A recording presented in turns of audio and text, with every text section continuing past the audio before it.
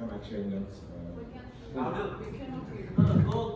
Okay, good. Like this, can you hear me? Yes. Excellent. Okay, actually I teach every day, so I can be loud.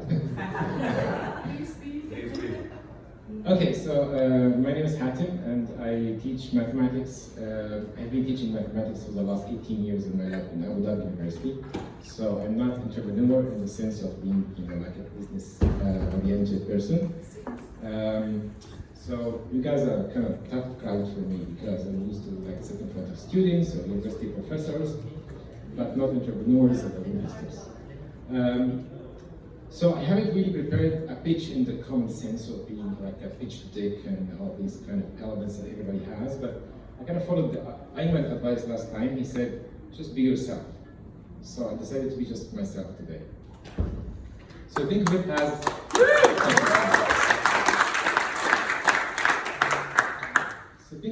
I'm presenting an idea, not really a business. And I'm going to take it from here. Is this idea worth to be pursued as a business or not? Okay, so I wanted to start with this question that already Jamie asked.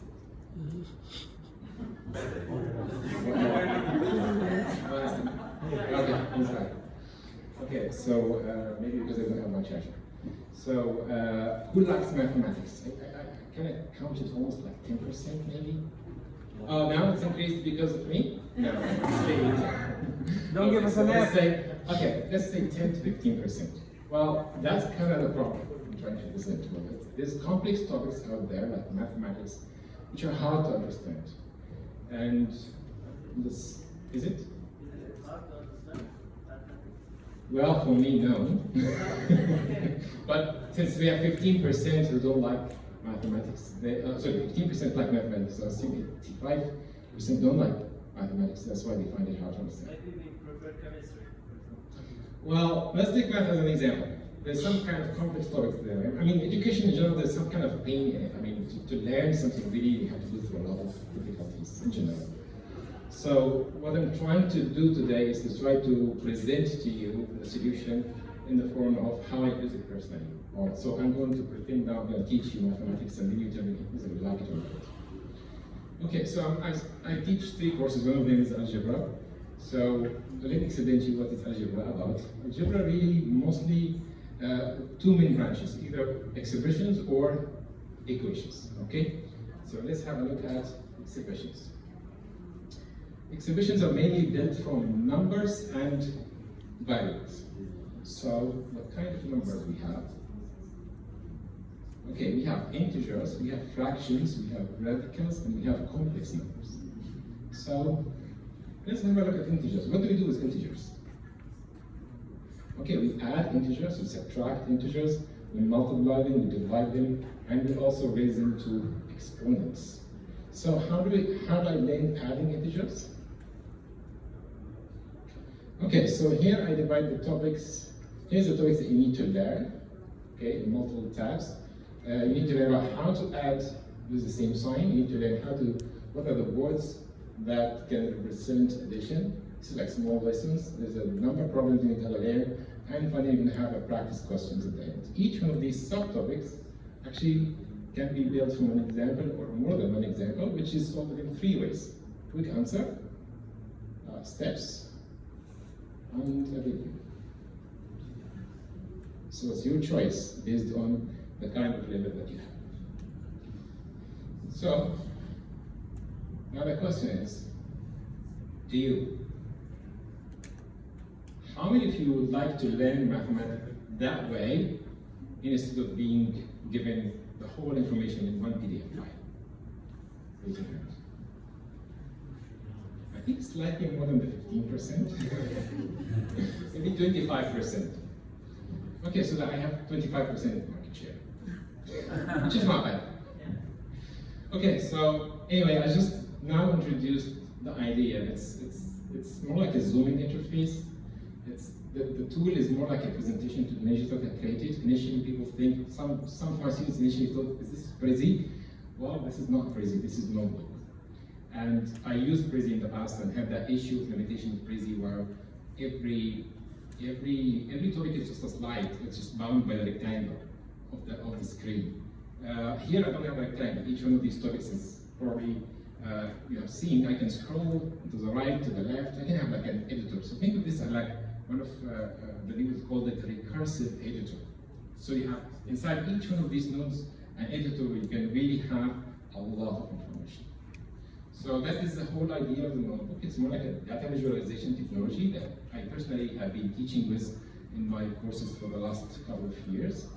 I had some good feedback from the students. Some of them think that asking me for building a notebook for other courses which I don't teach. Other faculty started using it to accommodate the students' requests. Yes.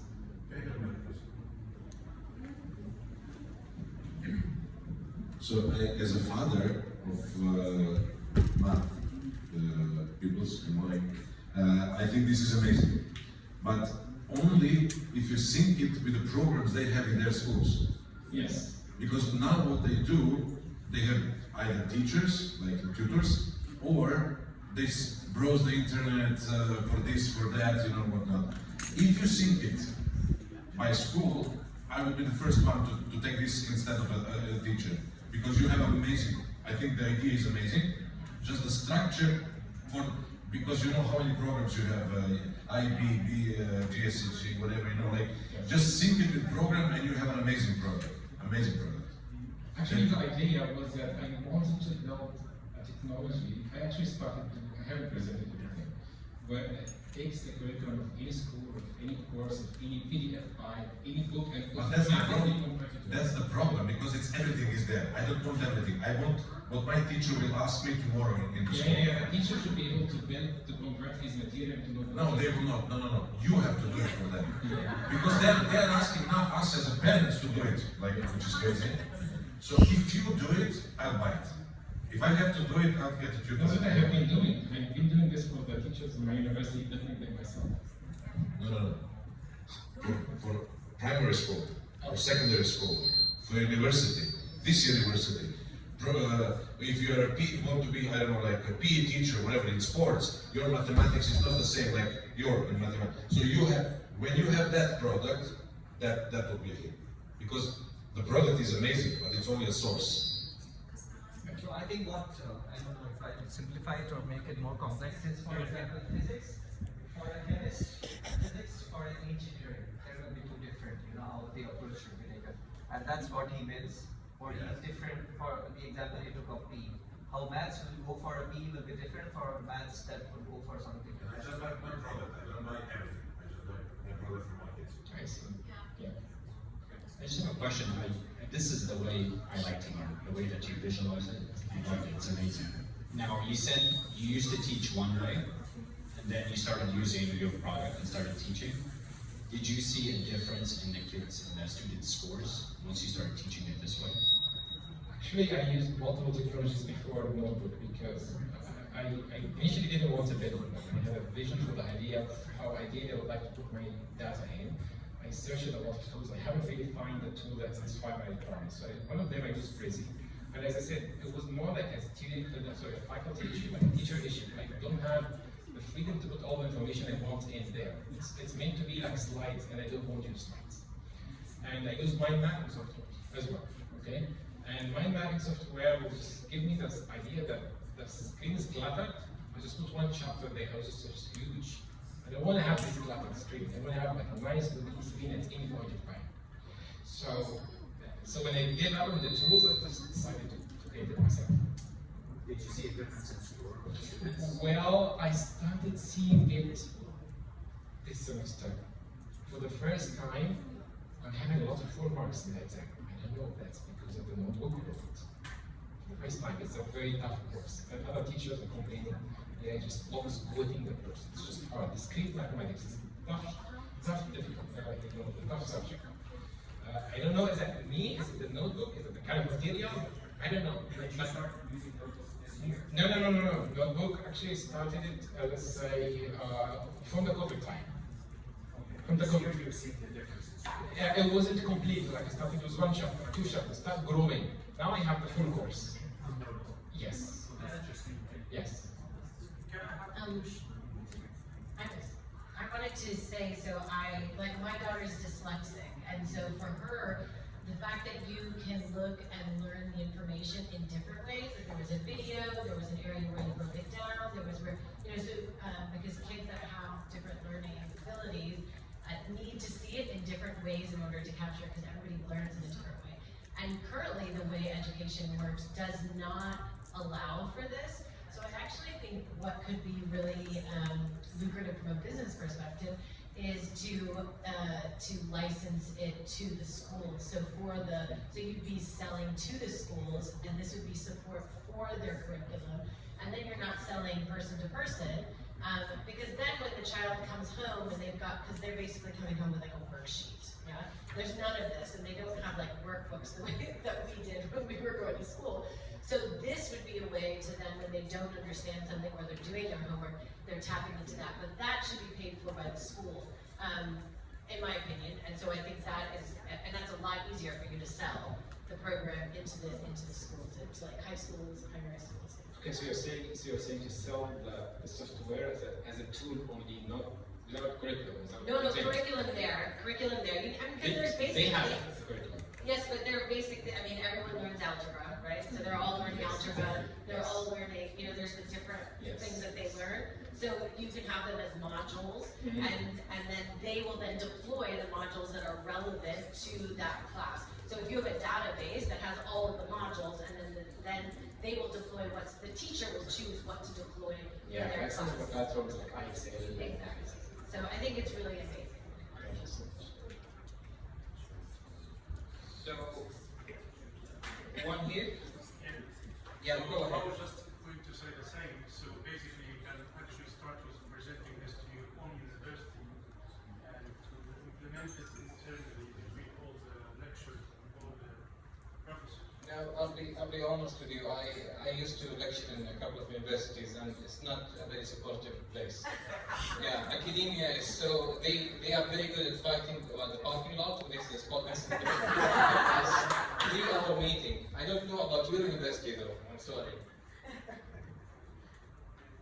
I don't openly admit this. I did a maths degree over 35 years ago. The reason why I did a maths degree is because at 11 years old, I had a maths teacher who was completely engaging. I was mesmerised by the way he held the room and got our interest. Today, children need engagement in a different way. So if you can, using the term earlier on from the training app, gamify this in some way to keep them engaged on an app, add it to curriculum, teachers, if you get lots of people working on it, it's that engagement that will actually help people. Just as an example, my son is dyslexic. He always complained he couldn't write long essays or do English very well. And he got an A star in history because he loved his teacher. And that teacher was engaging for GCSE. So it's the engagement that you need to figure out. Hello? Yeah, so basically, again, I think there is a lot of applications out there, IXL, Duolingo Math. So basically, I will stick with whatever Ivan said. As a parent, we need something easily to let our children exercise whatever they are getting in school. So if you can take whatever Duolingo Math is doing and match it with what our kids getting in the school, that would be amazing. That's it. This is slightly side point, but I could see our team using this for standard operating procedures and processes to teach them how to execute a particular activity. So more like a presentation technology, is that what you mean? Yeah, like or is it training? yeah, just the training, because the actual tech is useful. You could apply it to so many use cases. And it was only to it. And the other point is, I think the room would probably agree. As you were going through the presentation and you were checking the boxes, I was thinking, I was like, I still don't get it. And it was only when you opened it up like Notion, where the diagram, appeared, and then you saw the video, and then you saw the value. So, you're not going to ask your traditional question? Because you're not raising, and You said you're not raising. Oh, okay. is, well, as I said, I'm not a businessman, so I'm going to tell you a figure that I heard from lived experience. I guess. Yeah. Some people told me that if you just have an idea, it should be worth $1 million. And if you have an idea with a patent, it should be 2 million. We'll calculate. No? No. Okay, so I'm raising 200,000. Oh, dollars? Dollars, yes. Okay. So who would invest? Who wouldn't? Okay, he doesn't like that. Okay, I have another question. Raise your hand if you ever been traumatized by math education. Yeah? Okay. So, did somebody shout at you because you were not getting it? Yeah? Okay. Oh, that's one of this. You know, I only liked mathematics after school. I actually hated it. Yeah, really hated it. But then, once I finished school, It became okay. no, not okay, I loved it. It's interesting. So the problem is the way teaching it then. My teachers, not you. Trust me. Yeah. But it's a big problem, I think, really. And yeah, traditional education doesn't. I'm against schooling, by the way. Like personally, I believe in deschooling. I believe in peer-to-peer education. And then I have a curse. My son loves school, but it's up to him. I don't mind. He can do whatever he likes. But yeah, me personally, I'm actually against organized education. Yeah, you're raising your hand. Right? I want to just mention that we need intimacy for teaching. Machine doesn't work, particularly for math, because I was good at math. I was sort of very good at math at school, and I understand that mathematical thinking helped me out. Even then, that I was master in techniques, graph theory, number theory, all of them. I have some theorem for graph theory, combination or something like that. But the love of math comes from the intimacy with the teachers, with the idea, with the thinking, not the techniques. I guess number theory, machine learning, whatever, these are the techniques. You have to go somewhere behind, you have to teach something under the hood. That's the thinking method. It needs intimacy. Teaching needs intimacy, I guess. I couldn't agree more, but as been said, it's more like a visualization tool that helps, but you can't rely completely 100% on it. You need the teachers there. Okay, I'm going to take the last. No, I think just to add to that, and it's my personal experience, I just want to share. My mother is a school teacher, mathematics, in India. She was national scholarship holder 2 times, and even today she solves Sudoku in a record time. But what I'm trying to say, when she used to teach maths, no technology was not there. But I think it's about the narratives, because what she used to say that a problem can be solved in multiple ways. And that is the kind of perspective you want to give to the students, that this is not the only way of solving one specific problem, right? And I had like teachers who used to give me 0 when I solved it in another way. So when I saw this, actually you are creating these different paths of learning, right? That actually connecting the neurons, the brains different ways, different kids in different direction, right? So I think it's not about the visualization, it's also about how actually the teacher is communicating to the students. Now you are doing it through tools, but even without tools also you can communicate as a teacher. Actually, I wanted to add something to this, which is one of the reasons why I wanted to create the solution, is that I wanted to give the students a full picture, and even if I tell them some of them is optional, it's not part of the curriculum. Because when I was a student myself, I always suffered that. I feel education is kind of limited. Why are you not telling me everything? I have to go to the library to dig more and understand more. So one of the things I'm doing with my students, I'm giving them some of the content, and I'm labeling these content as optional, so that, this is for your better understanding, but it doesn't have to come like that. So that's one of the reasons I wanted to create a room for more information.